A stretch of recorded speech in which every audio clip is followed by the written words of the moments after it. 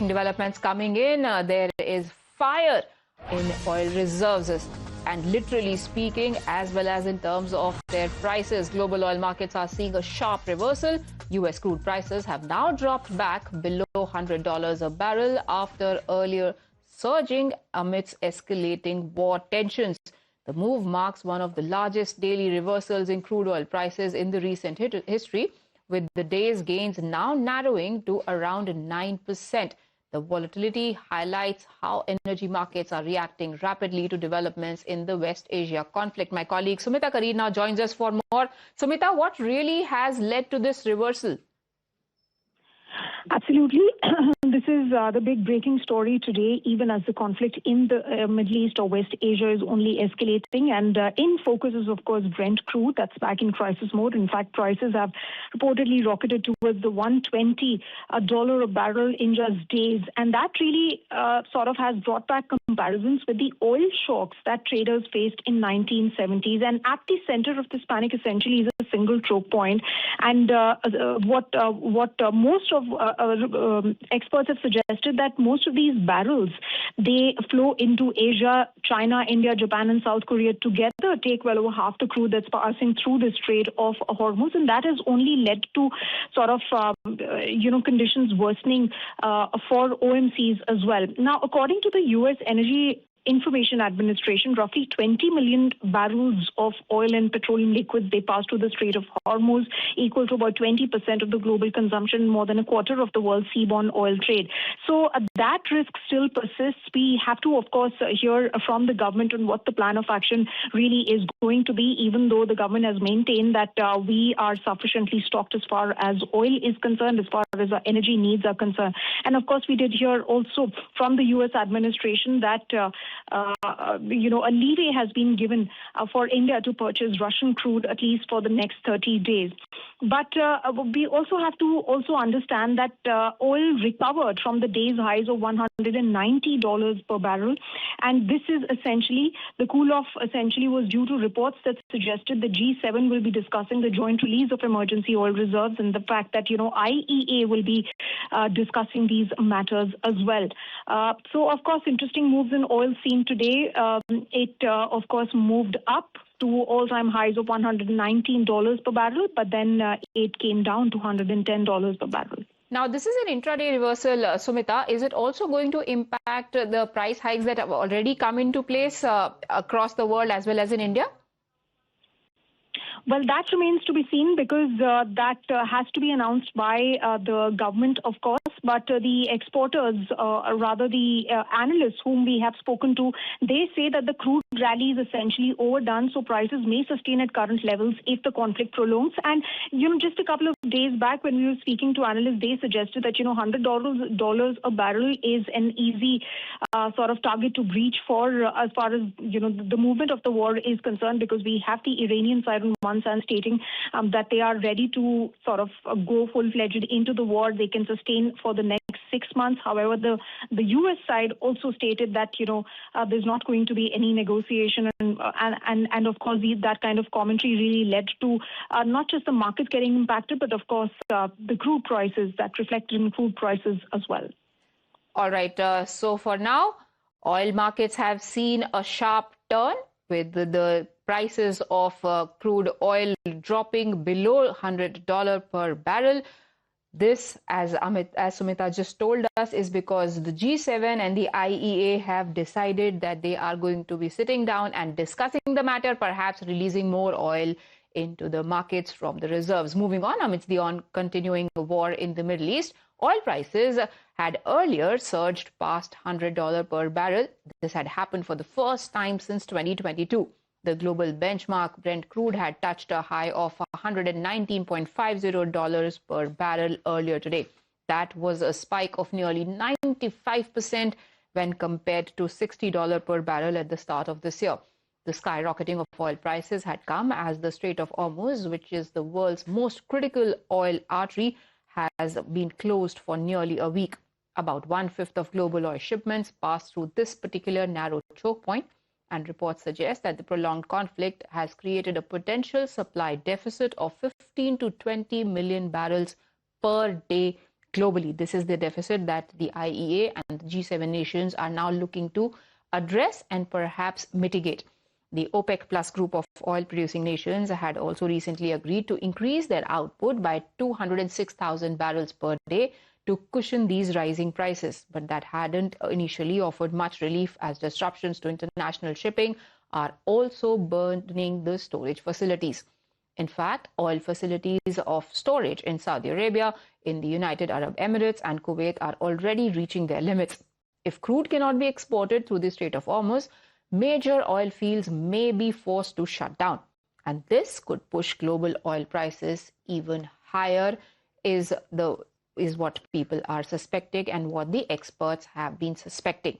Now, as Israel continues to strike oil facilities in Iran, US President is reportedly unhappy with the strikes. You can see on your screens the visuals playing out of massive plumes of smoke, blackened skies all over Iran. They are now raising serious concerns, not just globally, but also within the United States. According to a US media report, Israel's strikes on 30 Iranian fuel depots on 7th of March went far beyond what the US had expected. This looks like the first sign of friction between Trump and Benjamin Netanyahu since the conflict began. This report states, and I quote, "The president doesn't like the attack on the oil facilities. He wants to save the oil. He doesn't want to burn it." IDF, which is the Israeli Defense Force, they say that US was notified before the strikes. But a US official has said that they were surprised by how wide-ranging they were. Additionally, the US is also concerned that targeting infrastructure used by ordinary Iranians could backfire, as it may push more people within Iran to rally behind the regime. Moreover, the strikes on oil sites could trigger a further spiral, as the IRGC have threatened to escalate retaliatory strikes and hit oil sites in the region if Iranian energy infrastructure is targeted yet again. Now, my colleague Ajay Dua, actually he's an economist, is now joining us on the broadcast. Sir, what do you make of the fluctuations in oil prices? We've just been told that they've seen the biggest intraday reversal have come down to below $100 per barrel. If this has happened, I'm very happy that the oil prices have started coming down. It must be on the assurance of President Trump, what you just referred to, that he doesn't like the oil being burnt away in an attack as was done by the Israelis when they attacked the Tehran refinery yesterday. And at the same time, you're probably aware that tomorrow the G7 finance ministers are talking about the impact of the war, particularly the oil prices. They're going to be doing a video conference hosted by the French Treasury, because France is the G7 president for the current year. And there they are going to be discussing or arrive at a consensus that the strategic reserves which these 7 countries of the world hold, which is about 1.2 billion barrels, that should be released. 30% or 40% of it should be immediately released. So that also, probably the very news of that has now started having positive effect, that the oil prices have reversed. And I think rather than being alarmed about it, why have the prices come down? We should welcome the move, that because oil is the major input for a lot of industrial transportation as well as other usages. So I'm glad that it has President Trump's kind of warning. Maybe he's also told Israel that you should have been more careful, or in future do not attack any oil refineries, etc., as was done by it yesterday. And the fact that the G7 countries are going to be taking concerted action in checking the oil prices should be a helpful step. And I think we should welcome more of these. All eyes will now be on that meeting of G7 finance ministers that is to take place to discuss emergency release of extra fuel in the market that should help mitigate the rising prices. But as the war in West Asia intensifies, Delhi is closely watching the fallout on its own energy markets. India imports over 80% of its crude oil, with a large share flowing through the Strait of Hormuz.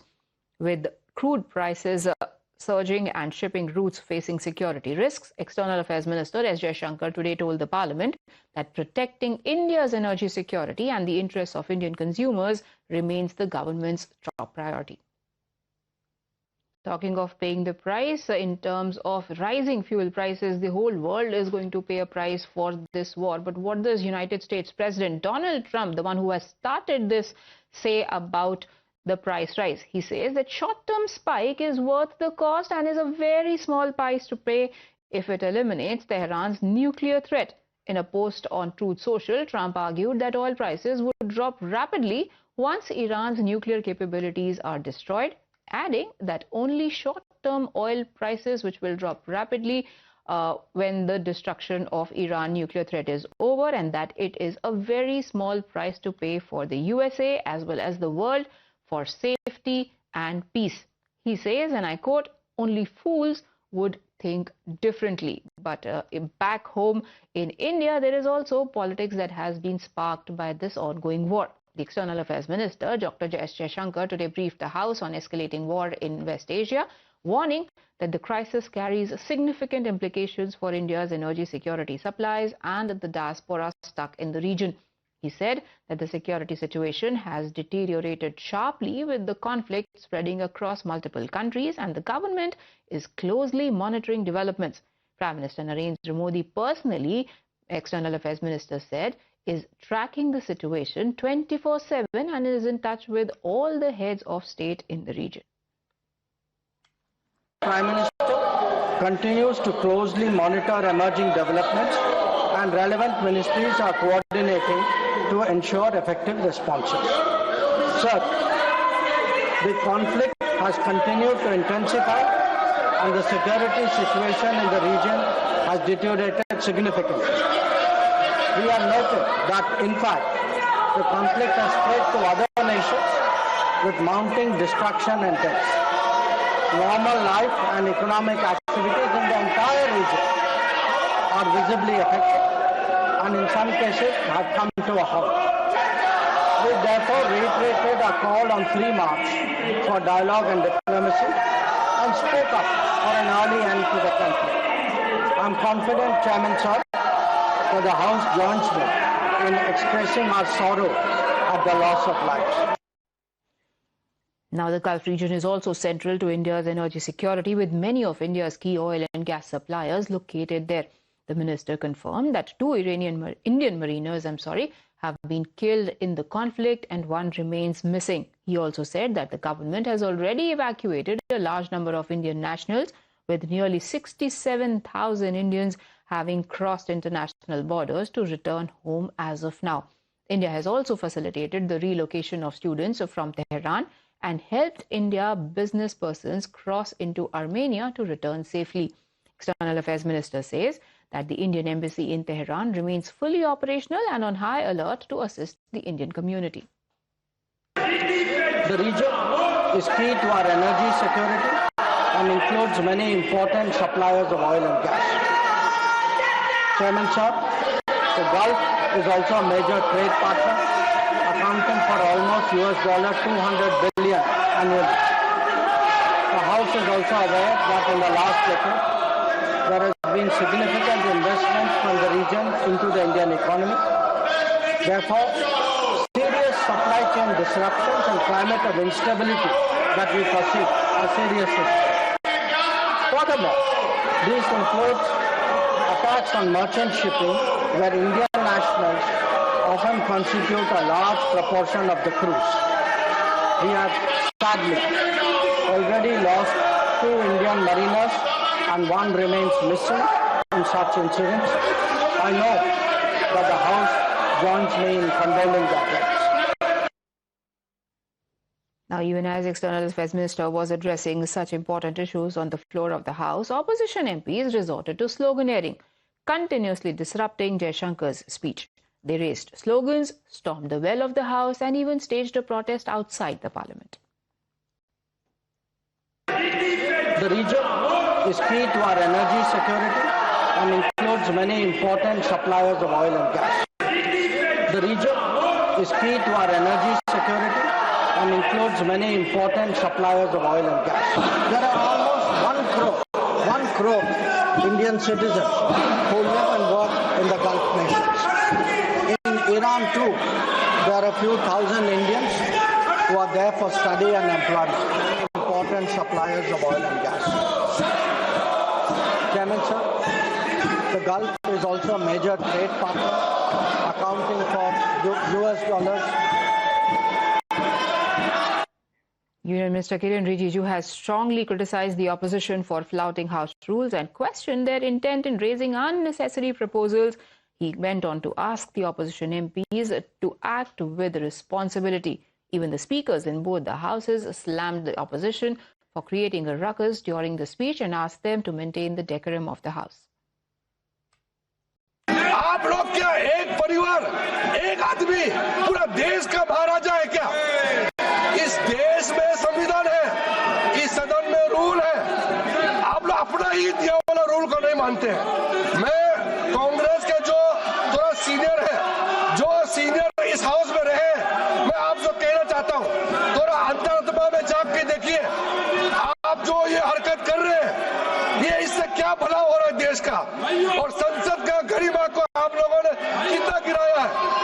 अध्यक्ष महोदय, मैं खंडन करना चाहता हूं और फिर से आंदोलन करता हूं। जो प्रस्ताव आप लोगों ने लाया है, अनावश्यक जो प्रस्ताव लाया है, उस पे चर्चा करने के लिए हम लोग पूरा तैयार है।